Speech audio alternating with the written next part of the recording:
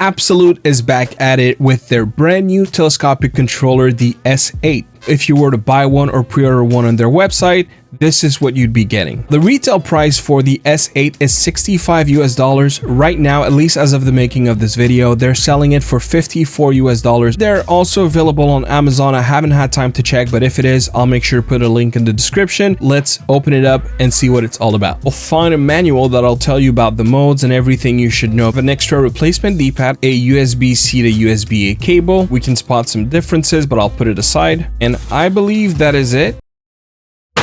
Would suspect, much like the prototype I had, that it uses a ribbon cable, and that was what caused this issue. By undoing it, I unfolded the ribbon cable that was inside. Since then, it doesn't close as well. I won't try it with this one, but one of the key differences is the backing on the retail unit has some texture and style to it. The stick skirt is black on the prototype, whereas it is purple on the retail unit. Buttons, for the most part, feel the same. There are a few differences which I'll address. There's nothing drastic that changed, just minute little tweaks. They both still have a USB-C at the bottom, the 2 extra buttons in the back. The retail model now has Abxylute. Beyond that, nothing else really has changed. Let's put this one aside because we won't be using it in this video. Face buttons, we have membrane, quite springy, very bouncy, feels good.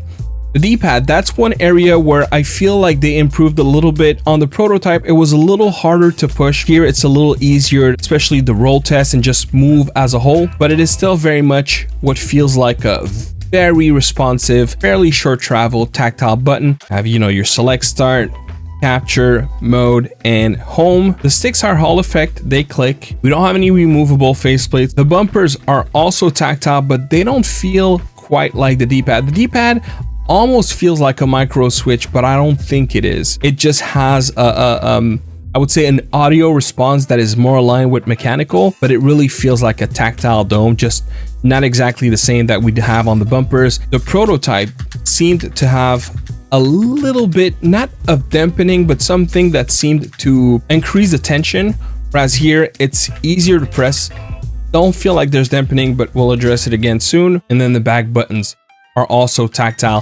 Feels similar to what you have for the bumpers. You do have a reset pinhole. If somehow things go awire, you could use that right here. So as we crack it open, this will support up to 216 millimeters. I've done the whole string of tests, which we'll cover during the performance section. Let's talk about the different ways that you can use it. And one of the ways is going to be wired. It will just activate the X input. It's not on par with the S9 in terms of wired operation. First, the polling rate and latency is it's not bad, but it's not the greatest. You also don't have the ability to choose mode. So for example, some controllers you can hold select and start to change mode and cycle. None of that worked. To put things in perspective, if I try to connect this controller wired to the switch 1 or switch 2, the wired method specifically will simply not work. I tried, and if there's a shortcut I couldn't find an absolute knows, please let us know in the comments.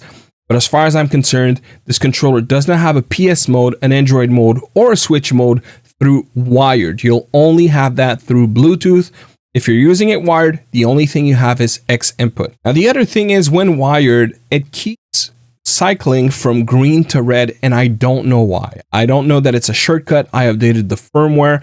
Truly, I don't know what this behavior is trying to tell us. I could not get that to go away. Maybe there's something that is not in the manual that I just don't happen to know. Is it trying to say that it's not being used the way that it would like to be used? Hard to tell. But if we start with the shortcuts that you have, you can hold M and you can push, for example, A, and that'll activate turbo. Now, I wish there was some kind of LED response to let you know that you just activated turbo. Unfortunately, that's not the case, but let's go to Gamepad Tester so I can show you what it looks like. If we look here, you can tell that the controller is working fine. And if I hold A, the turbo is activated. And that's what I just did with the mode button. So if I push it again, it's going to become a trigger on and off. So now it's off, now it's on, now it's off. And if you do it a third time, it's going to remove turbo altogether. Now you could have multiple buttons at once. So I could do, let's say, A and X. So if I hold A, if I hold X, it's turbo. If I hold them both and I try to hold Y at the same time, you'll see that just these two buttons are turbo. I could have, say, A to be a trigger, X to be only on push, and Y to be absolutely normal. So that's up to you how you want to set this up. The mode button can also be used for things such as vibration. If you hold the M button and you do the up D-pad, you'll feel a vibration, and that signals the intensity. If you bottom D-pad, the intensity will lower, and you can completely take it off while holding the controller, so that way you don't have to change it into software that you're playing or the game that you're playing. You can also remap your back button. Right now, if I push it, it's doing A.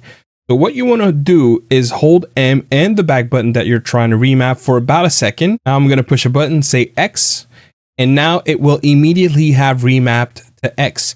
And it will also mimic the behavior when it comes to turbo. So right now, it's just holding the button. But if I was to do turbo on X and push again, you'll notice that it does turbo. Using this Red Magic Astra, and as you can see, it looks quite nice. And it also supports the total width of the tablet. In fact, you still have a little bit of play. I'd say not quite a centimeter, but close to. And being Bluetooth, you can really position this on the tablet as you see fit. You could even use it on a vertical orientation as well. On a tablet, at least that's going to work, not on a phone, because the phone is not going to have enough width. And if I haven't mentioned it, this will work on Android, this will work on iPhones, but it also work on Switch 1 and Switch 2, and of course your PC. To power on the controller, you're going to hold one of the 4 buttons and then push home. X is going to be your X input, Y is going to be your Nintendo Switch mode, B is going to be your PS mode, and A is going to be your Android HID. And for a reason I don't quite understand, for some reason Android HID just did not work on PC. It kept giving me a driver error, but on Android it works fine. On some devices, I don't know what it is with the signal. If I try to pair it with the Red Magic Astra, for some reason, it just is not seeing that controller. But if I try to do it with my Z Fold phone, it sees it fine. The Android gamepad, that's exactly what we need. So I'm just going to push on it and you'll see that it'll connect. I don't know why the Red Magic won't connect to it. It should do fine on most devices.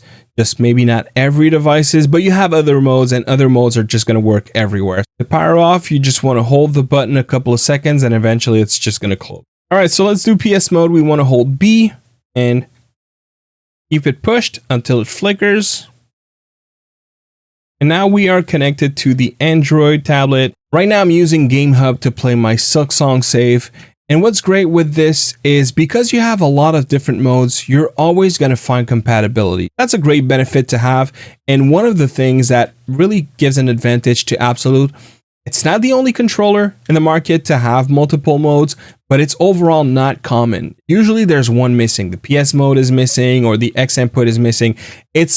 In most case scenarios, it's one of the two. Let's not waste a second more and move to the Switch 2 and see how that works. And with it now closed, we can go ahead and strap the Switch 2 on the Abxylute S8, and it does have quite a nice fit. We want to hold Y and the home button for a couple of seconds until it's in pairing.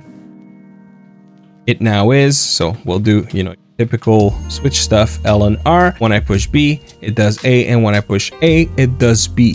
This is what you want usually on a Nintendo controller. So if we compare with the Joy-Con, you'll see that this is what it's supposed to be. It's just not what the layout shows. But that's not something that is unheard of with controllers. It's very common, especially those that have multiple modes. It's going to remain the commonly known standard or North American layout or Xbox layout.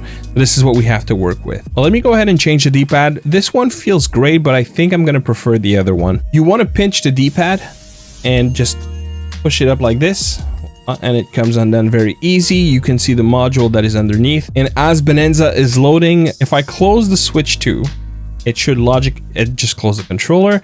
Now if I just push the home button, it should remember the previous mode, so it launches in the Switch mode, but it cannot wake up the Switch 2. Once it is opened, it just connected. And there you go, it remembered the previous connection. One thing that is really nice is just the overall ergonomic style. Joy-Cons are a mean to an end, but they don't feel nowhere near as good as having something that has like a full ergonomic grip. This, on the other hand, feels a lot better. It's also Hall effect sticks, which is not the case with the Joy-Con. So the risks of drift, because you're having Hall effect sticks, is unlikely to happen over time. So that's another benefit that we have. What I like with Donkey Kong is that's a game that utilizes a lot, and I mean a lot of rumble. It's noisy, it's obnoxious, it's not a great experience. Like if I'm to play Donkey Kong with this controller, I'm gonna shut off rumble, which is unfortunate because it's one of those games that really shines with the rumble department, but those cheap and obnoxious vibrations literally makes it unpleasant. And I don't even have to move Donkey. I don't know if the microphone is gonna pick it up. It's not great. Yeah, unfortunately it isn't. You'll have gyro, so if you're trying to play a game like Mario Kart using gyro steering, or just any other game that supports gyro, you do have that, but there is also gyro redirection, which we'll talk about during the software portion. Talking about software, let's jump right into it. The app is available for both Android and iOS. You'll find them both in the respective storefronts. It can suggest a bunch of games. You also have general settings such as language and wallpaper and a bunch of other things. The important portion is going to be addressing your controller, and one of the things you can do is remap your back buttons with either another button or macros as well. If you click the button option, you just tap the button on the controller you want to map, but for macro, you're also going to input a bunch of commands that you can record, and once you have, you can choose the trigger method, the interval, if it's looped. You have some options there.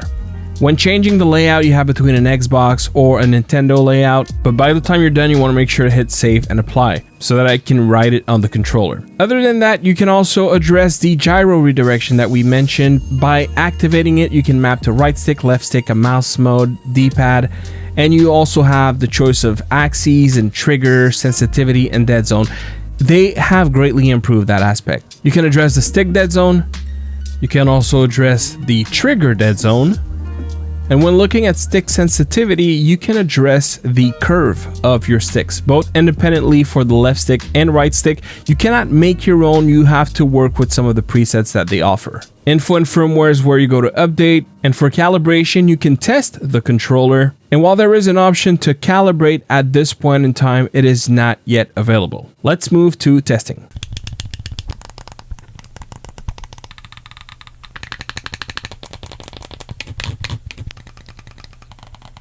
There is no stick tremor, no axis snapping, no stick snapback. By holding M, LB, and select, we can cycle from having either a corrected stick to a raw stick. And this is what it looks like when raw. This is what it looks like when corrected. After having reduced it in software, there is no perceivable center dead zone. There is no gap dead zone either. There is a little bit of outer dead zone. Stick tension sits at 55 to 60 TGF, and stick resolution is at 0.0039.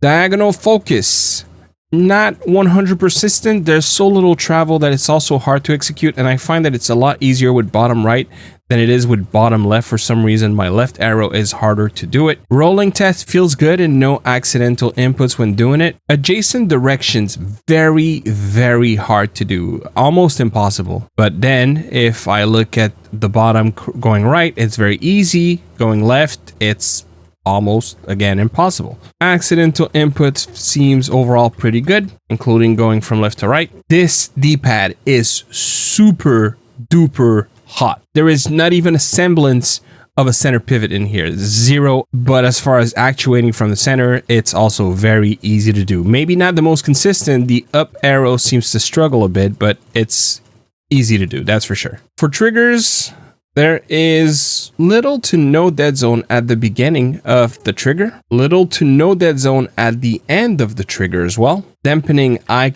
can't perceive any at all. And hair trigger is non-existent on this controller, unfortunately. Let's move to game tests. Like, I'm not even gonna, not a controller for aiming. I mean, I don't necessarily expect that as much from a telescopic controller, even though there are exceptions that are gonna do just as good as, standalone controllers. But this is not the product for that at all. It's your very noticeable jittery Hall effect. Not representative of the greatness that I've seen from some Hall effect sticks. Yeah, that one is not gonna win any awards in that regard. It's even before I try moves, hitting diagonals can be quite difficult with this controller. Have you guys seen that? I'm pushing hard. Like, you can tell with the blood on my nail, and nothing was happening. Wow, yeah, okay, so Maybe, you know, maybe there's something wrong with the up arrow of my the unit they sent me. Because of the inconsistency, like they fixed an issue, but it feels like they potentially caused another one. I'm gonna try the other D-pad. It's a lot easier. Well, okay, it's a lot easier to pull dragon punches with this one, but I'm still having the diagonal issues.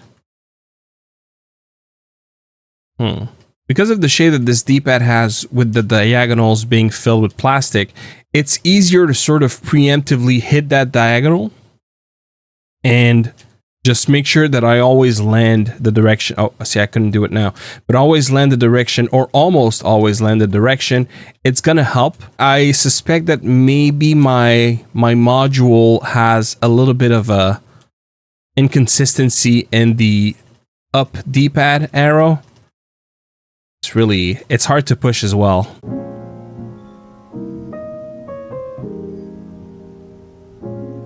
Okay, so that was quite impressive.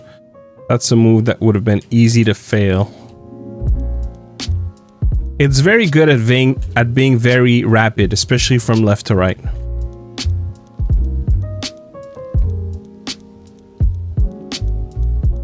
Okay, so it's gonna sound weird because it seems to work really, really well for the game that I'm currently playing, but as a whole, I don't like the feeling that it has. It feels weird. It feels too stiff. Even though they made it better, it's like, I don't know, there's this discomfort by using this D-pad. But, you know, it's working great with Run. I gotta at least give it that. It's working beautifully with this game. But yeah, it's too hot, it's too stiff. And when looking at triggers, not only does it seem when I was testing it like it had a curve, it doesn't seem like it's linear. It's not unpleasant or anything like that, but it is going to be hard to dial for racing games. But because it is also targeted mainly at Switch, I don't know that it would be a problem as much, or if you play mobile games, probably wouldn't be a problem as much. But if you're heavily into racing and you use Moonlight or GeForce Now to play some Forza or whatever, yeah, maybe that won't be the best trigger. But I think they'll be nice for shooters though. Even though we don't have hair triggers, yeah, I think that's one thing that will be great because you don't have a whole lot of travel. All right, let's move to performance. There are a couple of things, unfortunately, that I couldn't test. I couldn't test stick because of the shape. It didn't work with Prometheus 82. I also couldn't test Android HID on PC, as I mentioned earlier. And the takeaway is, no matter the mode, the latency is not phenomenal. It is better on wired. That's to be expected, but really, and by far, the area where this controller will give you the best experience is if you use the switch mode. Not only because it has better pulling rate, but it has almost the same latency as what you find on wired X input mode. As for the rest, it's not impressive. In some areas, it's downright bad. The PS mode is not really good. The X input mode on Bluetooth is also not really good. The wired is decent. But another benefit when talking about the switch mode, at least when used on PC, is that you're also going to be able to use gyro if you want to do it through Steam input. So that's another benefit. Unfortunately, Rumble does not seem to work. And just to clarify, that mode also technically could work on the PS mode, but it doesn't seem to work for some reason.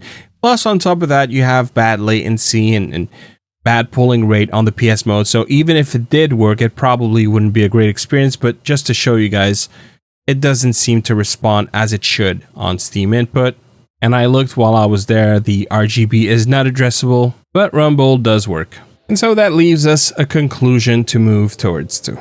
The Abxylute S8 is not outrageous when it comes to price, but while it does a lot of things great, there are better options in terms of modes, some from Abxylute. I guess what I'm trying to say is, I wish they took it upon themselves to just continue that route of being so versatile. And this one, while it is on many fronts and many areas, I do feel like it falls short a little bit. Not to the point that I would not recommend this controller. It's easy to recommend, but it's one that I want to recommend with the right expectations to set for you guys. Because the Rumble, is obnoxious because the modes are going to be Bluetooth based, because the Bluetooth 5.3 it's not consistent throughout all the modes in terms of speed and latency. Again, while there are many things that this controller does great, it does feel like some corners are being cut, like some compromises more than I would expect had to be made. That controller would have had more to stand on if it was $15 to $20 more and managed to bring more on the market for the end users. If you're looking for something that has an ergonomic style and has better compatibility than say something like the GameSir G8 Plus, it is true that this one will take you a little bit further. But considering the X5S exists and it does with better rumble, better connectivity, better Switch 2 support because it can wake up the Switch 2, it's tough because the ergonomics are probably going to appeal to a lot more people. My recommendation for you ultimately is don't disregard this option. I think it is a valid one, but really ask yourselves, where do you prioritize? Like, make one of those pros and cons lists. What do you need most? And if ergonomics are on top of that list, I think the S8 deserves to be in the options that you consider. If it isn't, here's how we're going to keep this very simple. If you have questions, drop them in the comment box. If you're trying to go between models and models, let me know and I'll do my very best to answer you in a timely manner. But until then, that is all for the Abxylute S8. Does it meet your expectations, or do you feel like they could have done more? Let me know your thoughts. Consider dropping a like if you enjoy this content. I'm Clef. Thank you very much for watching, and I'll see you on the next one. Peace.